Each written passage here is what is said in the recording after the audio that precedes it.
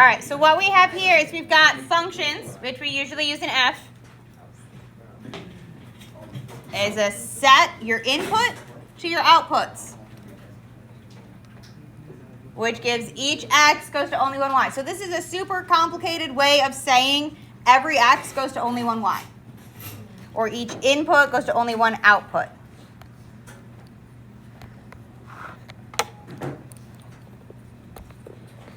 So each x goes to only one y value. The f is just the name. D is our input of x, E is our output of y. Each x goes to only one y. You've seen these before in Algebra 1 and in Algebra 2.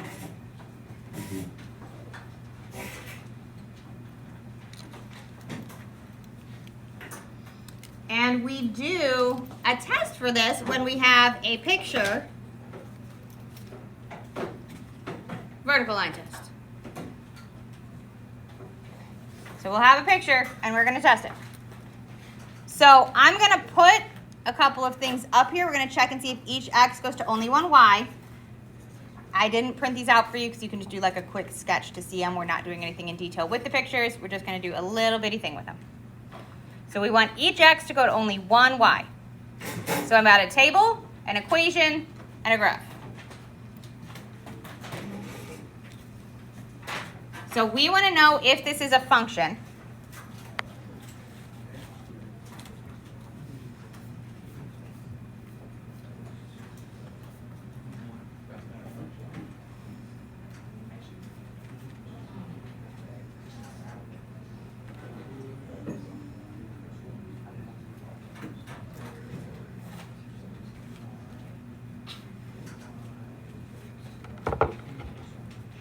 So we want to know, first things first, on this table, does each x go to only one y?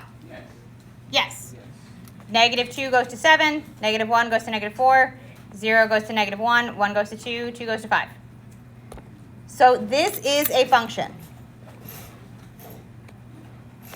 If it wasn't a function, I'm going to give you an example of no, is if we had this table and I added on another row that had 2 going to 8 as well. So if my 2 went to 5 and 2 went to 8, that's when it would not be a function. So that's what we mean by each x goes to only one y. This x going to 2 different y's would be not a function. So I'm not going to leave that there, but I just wanted us to see what that would look like. So look at this equation here. What shape is this? What does this look like?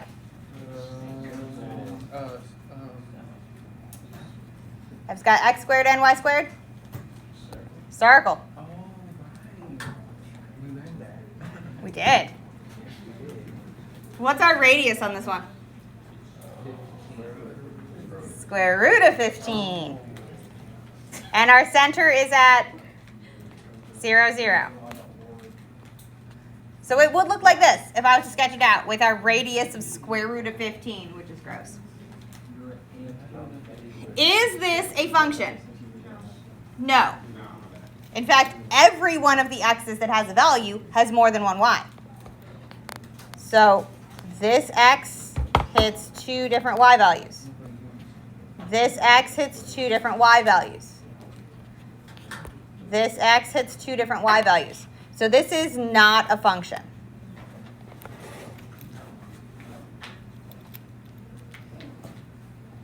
How about the wiggly squiggly on the right?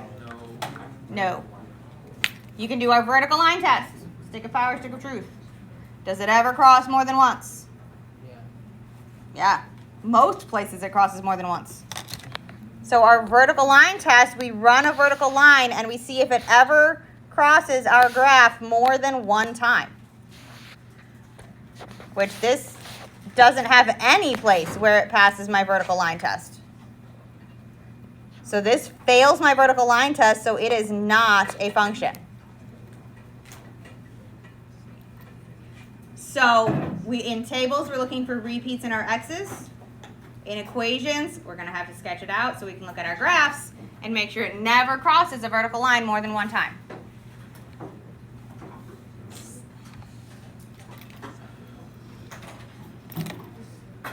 Okay. So questions on these or what they do?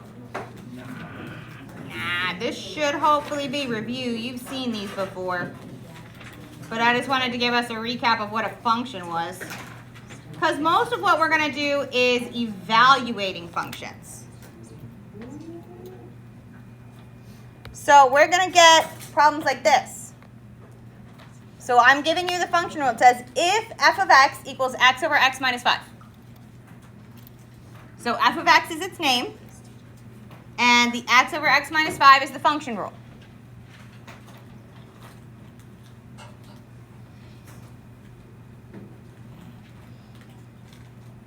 We are given 3 places they want us to evaluate it.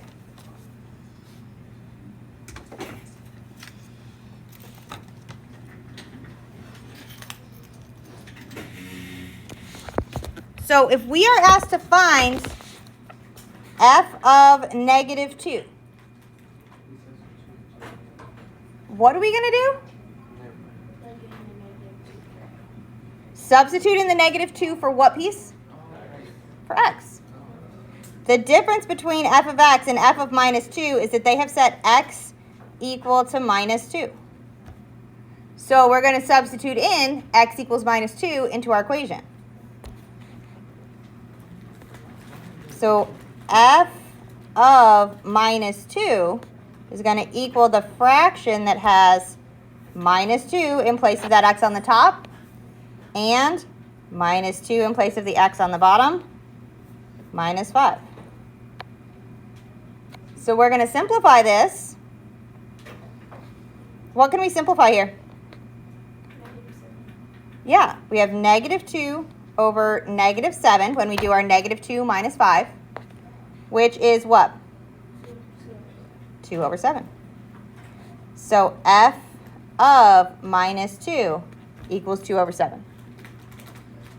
And that's the way we could write our answer. So this is our final answer here.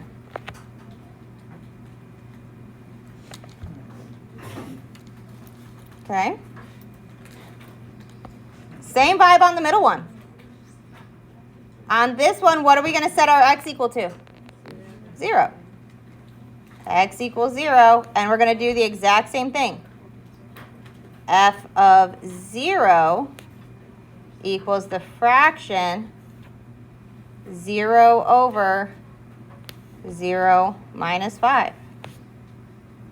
So what is f of 0 going to simplify down to? 0 over negative 5, also known as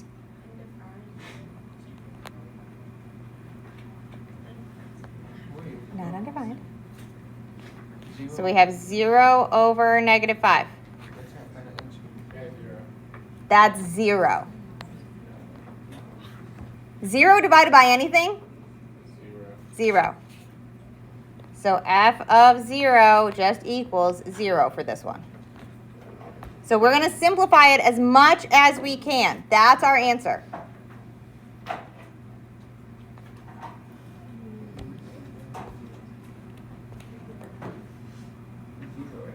What's up? What's up? Divided by 0 is 0. Can we divide by 0? So I'm losing the basics.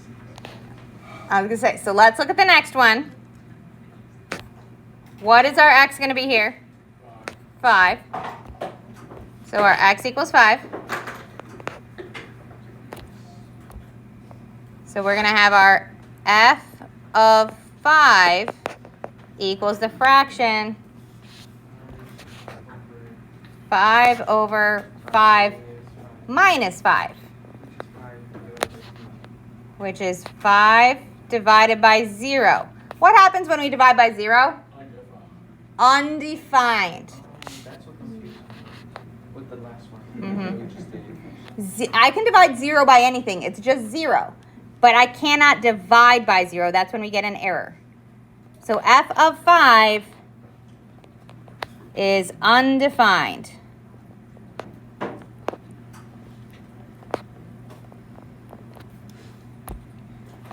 And that's just how we would mark that.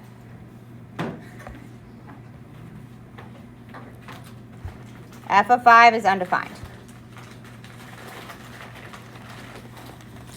We're going to practice this several more times. Okay? Because it's been a while since we've evaluated functions like this. But questions on this first one? Okay. So here's our next one. We've got f of x equals the opposite of x squared plus 4x minus 5, which we're evaluating at f of negative 2, f of 2x, and f of x plus 4.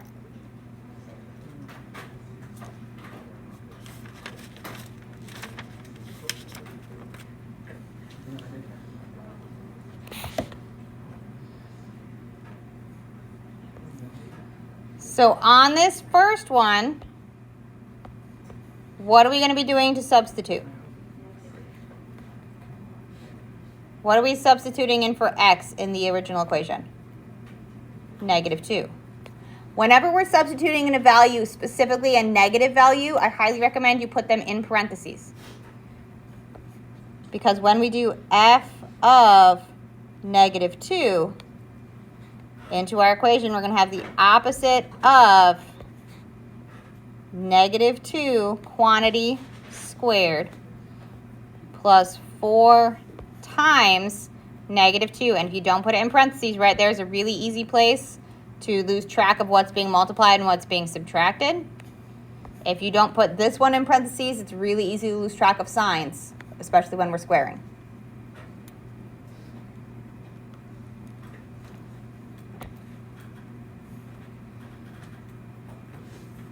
So as we go through this and simplify, we have the opposite of negative 2 squared. What is negative 2 squared? 4. What is the opposite of 4? Negative 4. So this should wind up as a negative 4. Then we have plus 4 times negative 2. What is 4 times negative 2? Negative 8, and then I'm going to drop down that minus 5. So we did our exponents and multiplication all in this one step. Questions on what we did there?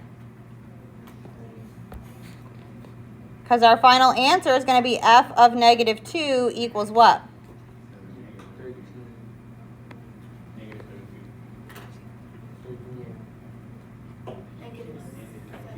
Minus 4, minus 8, minus 5, negative 17. No, it's because I had negative 4, but then I brought a regular 4 down. Yeah. And then I messed that up. And then... Be careful.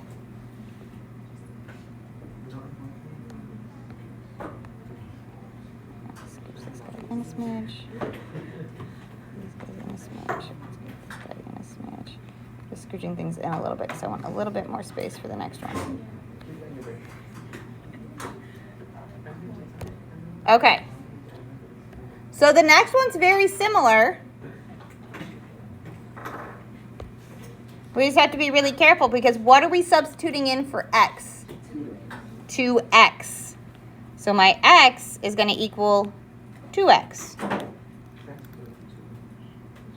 So when we substitute that in, we're going to have our f of 2x equals the opposite of 2x squared plus 4 times 2x minus 5. I'm going to change our view. There we go. There we go. Just trying to make it so we can see stuff. So then we're going to simplify this as much as we can. If I take 2 2x and square. Hello. Love that.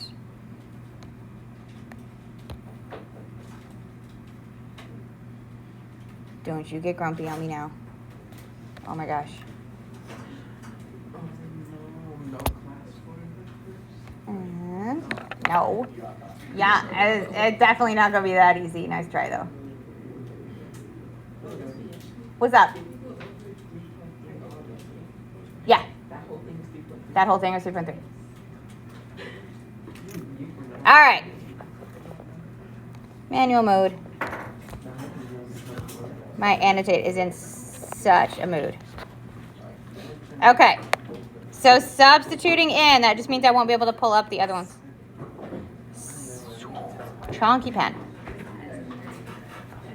Lovely brief interlude. Our f of 2x equals the opposite of our 2x squared plus 4 times our 2x minus 5. Still substituting in that 2x. So we need to simplify this. What are we going to get here? 4x squared. So this is going to equal minus 4x squared. What are we getting on our middle term? 8x. That minus 5 is going to drop down. Are we told to solve?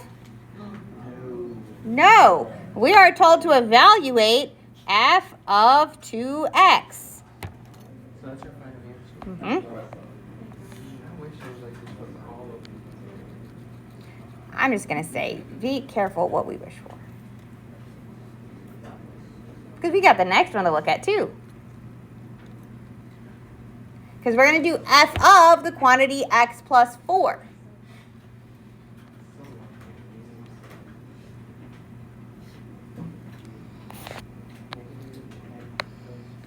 So we're substituting into our original function, this x plus 4. So my x is now going to equal the quantity x plus 4. So when we substitute that in, our f of x plus 4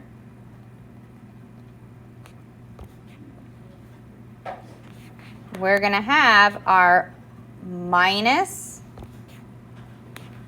x plus 4 quantity squared plus 4 times my x plus 4 minus 5.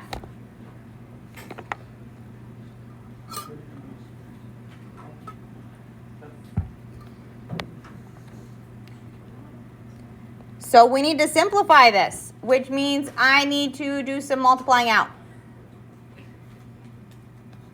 So we're going to have the opposite of x plus 4 squared. What is x plus 4 squared going to give us? X squared plus 8x plus 16. Thank you. Make sure we catch that middle term. I've had a lot of people mess up on squaring binomials like that. Please be careful when we're multiplying those. We need to wind up with a trinomial. This middle term, what are we going to get when we do this distribution?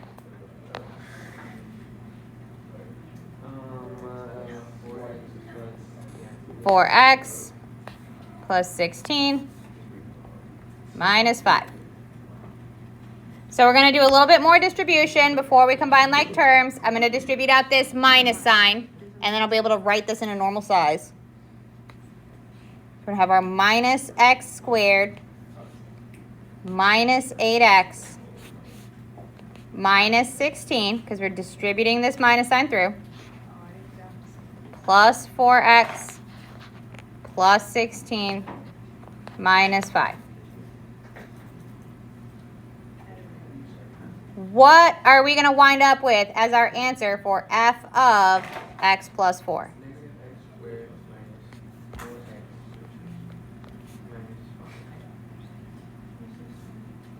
negative x squared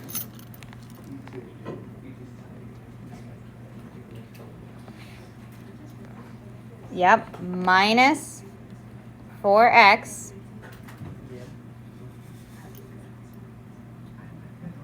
then what?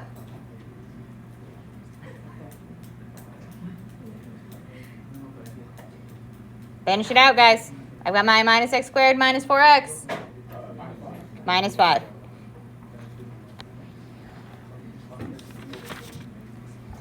Okay?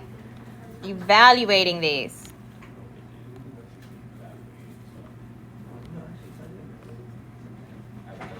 What's up? Because you would rewrite it as, like put the negative Mm-hmm. on that side and then, And do x squared plus 4x plus 5? Absolutely fine, as long as you keep it outside and put it in parentheses. But you don't have to, but you can if it bothers you. All right. So our next one, and my screen's going to argue with us again, is going to look like this.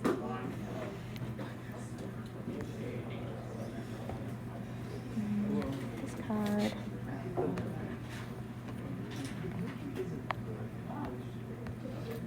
Paste.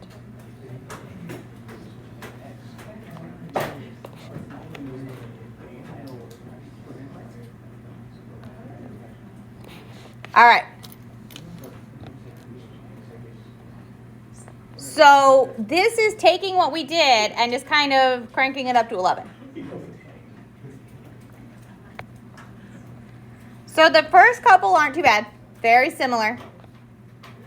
We're just replacing our x with an a, f of a. So f of a equals 5a minus 2. We're just replacing the x with an a.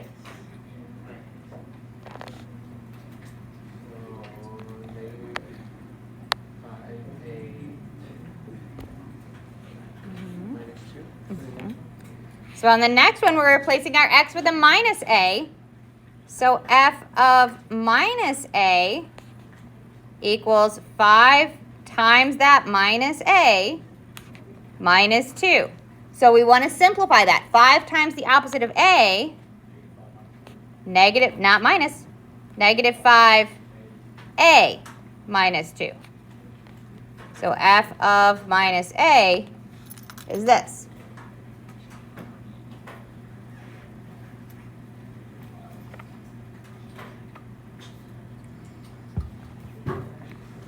So those are exactly like what we just did. The next one's a little bit different. Because it's not the opposite of a, it's the opposite of f of a. Oh, inverse, right? It's not inverse, not to the power of minus 1. What's up? What was your other idea? Huh? Not going to just be y. The x and the y. Nope, we're not making an inverse. Opposite sign. So this is the same thing as if I said negative 1 times f of a. Do we know what f of a is? What's f of a? 5a minus 2. Negative 1 times 5a minus 2. So negative 5a plus 2. Yes, so the opposite of f of a, I told you, y'all were going to overthink this one. Minus 5a plus 2.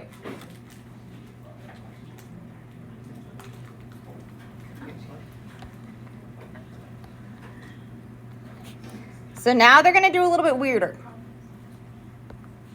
And this is for a reason, I promise. I know. Sometimes I know the reason feels like torture.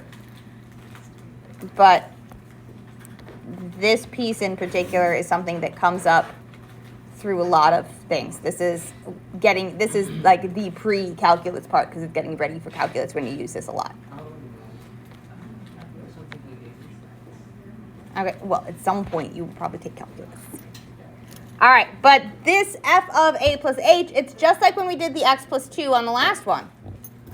So we're just going to substitute in the a plus h. So we have f of a plus h equals 5 times a plus h minus 2.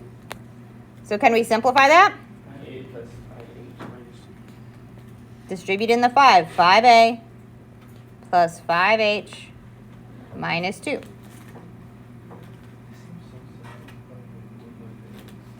But the place we make mistakes are silly places.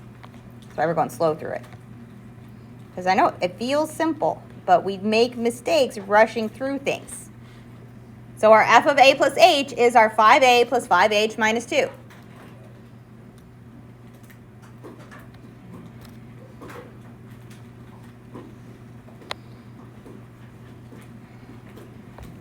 So then let's do f of a plus f of h.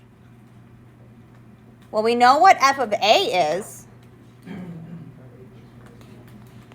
F of a is our 5a plus 2. We've done that one. And we want to add it to f of h. What is f of h going to be? 5h minus 2. Oh, yeah, minus 2. Sorry, and I wrote my equation wrong. This should be minus 2. F of a has a minus 2. 5h minus So we're going to have our 5h minus 2 if we substitute h into our f of x. So let's simplify this. F of a plus f of h is going to equal what? 5a plus 5h Minus minus 4. 4.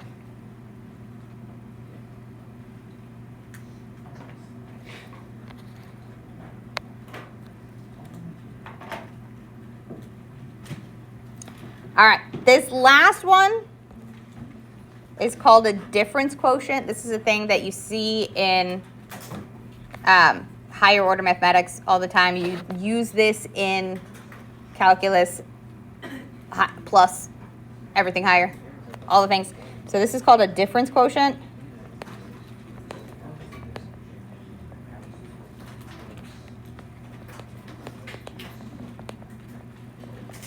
And no joke, you use it in calculus all the time. This pattern. But, well, you use it for all kinds of things, and you have to know how to use it and what it does and what it means. So for right now, we're just evaluating. So f of a plus h, we've done that. Yes, we have. That was this guy over here. We know that. And we can either do f of a, or we can take our minus f of a. We know that too. So my numerator, we have our f of a plus h. We did that on the far left-hand side. That's my 5a plus 5h minus 2. And then we have our minus f of a is this guy here, so we can just put that. Minus, oops, wrong pen. Minus 5a plus 2. And it's all over h. So we need to simplify this.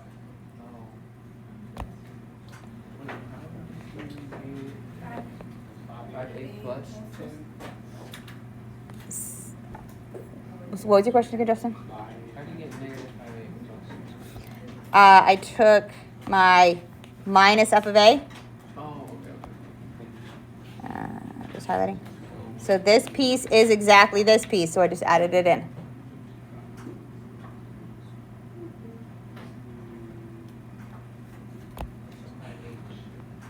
So our, oops, I'm just writing down our name here. Our f of a plus h minus f of a over h is going to equal, what is this going to simplify down to? Look at our numerator. I've got my, 5h. yeah, I was going to say, because my 5a minus 5a cancels out. I've got my 5h. I've got a minus 2 and a plus 2. And my denominator has h. So can this simplify anymore? Yes. What's it going to simplify down to? 5. 5.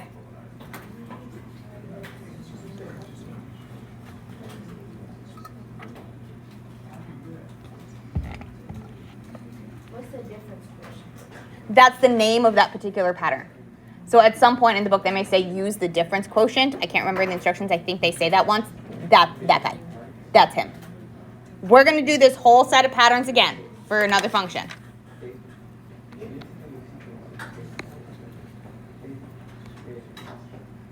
And the screen's going to blink a couple of times. Give me a second.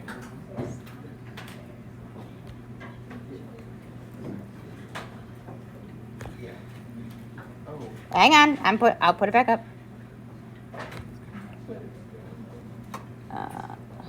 So the next one we're going to do is this one.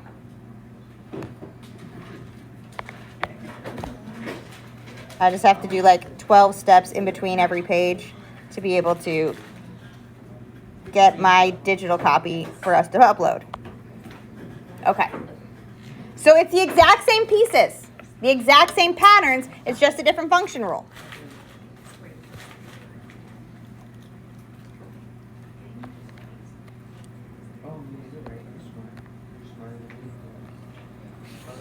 So we have our f of x equals x squared plus 3. And we're going to find all those same function rules. So when we have f of a, what are we going to wind up with here? A squared plus 3. And that's all we need to put on it, a squared plus 3.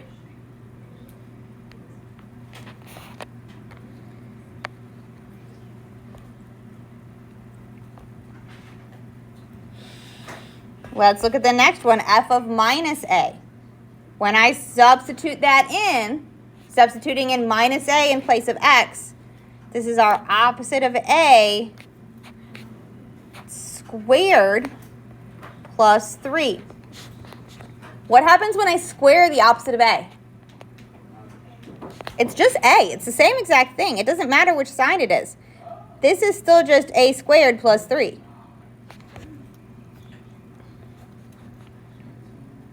So f of the opposite of a is a squared plus 3. It's my same function back.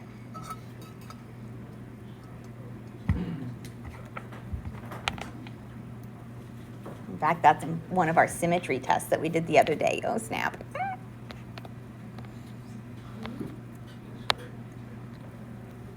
So then let's do our opposite of f of a. What is the opposite of the f of a?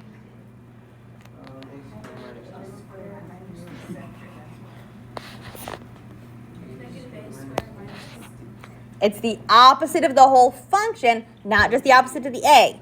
So we take our negative 1 times our whole f of a. So we don't do the square root. Leave it as negative. Since it's outside the exponent, it's outside the radical. When I substitute it under the exponent, yes, it cancels out. But when we're outside the radical, or outside the exponent, it doesn't make any change there. So our minus f of a is the same thing as minus a squared minus 3.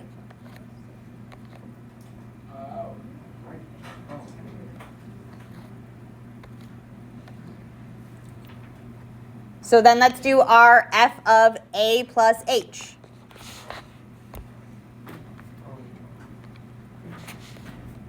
What are we going to do here?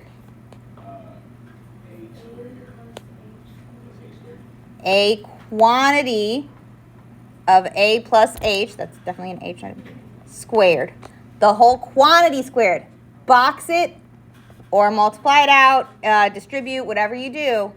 But it is not just a squared plus h squared. It's not. You're missing 2 terms. It's going to be a squared plus 2ah plus h squared plus 3. Can I simplify more? Nope.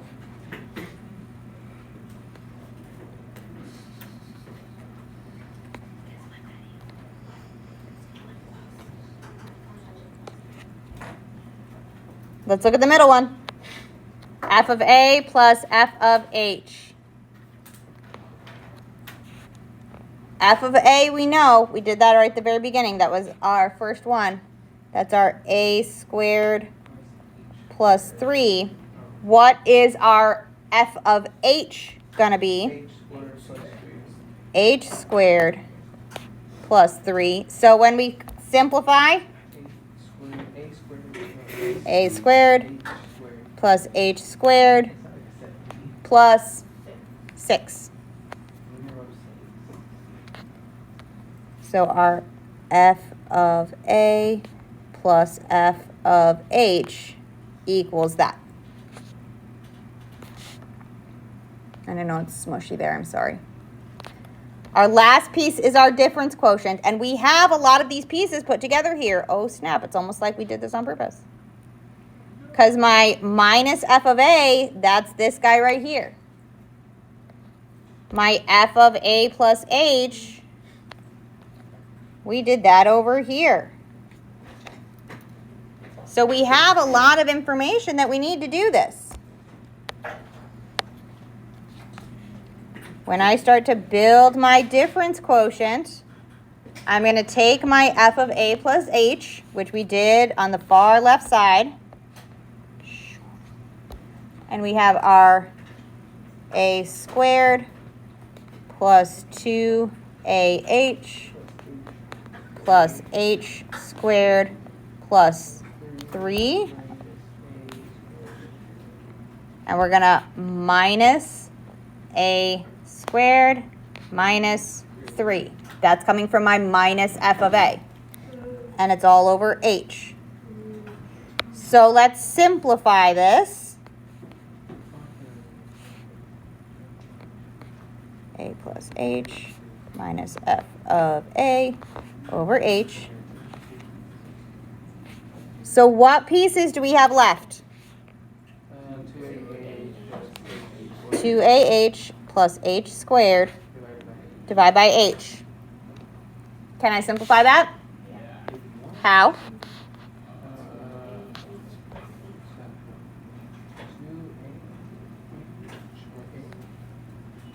When we simplify in a fraction, what do all the terms need to be able to cross them out?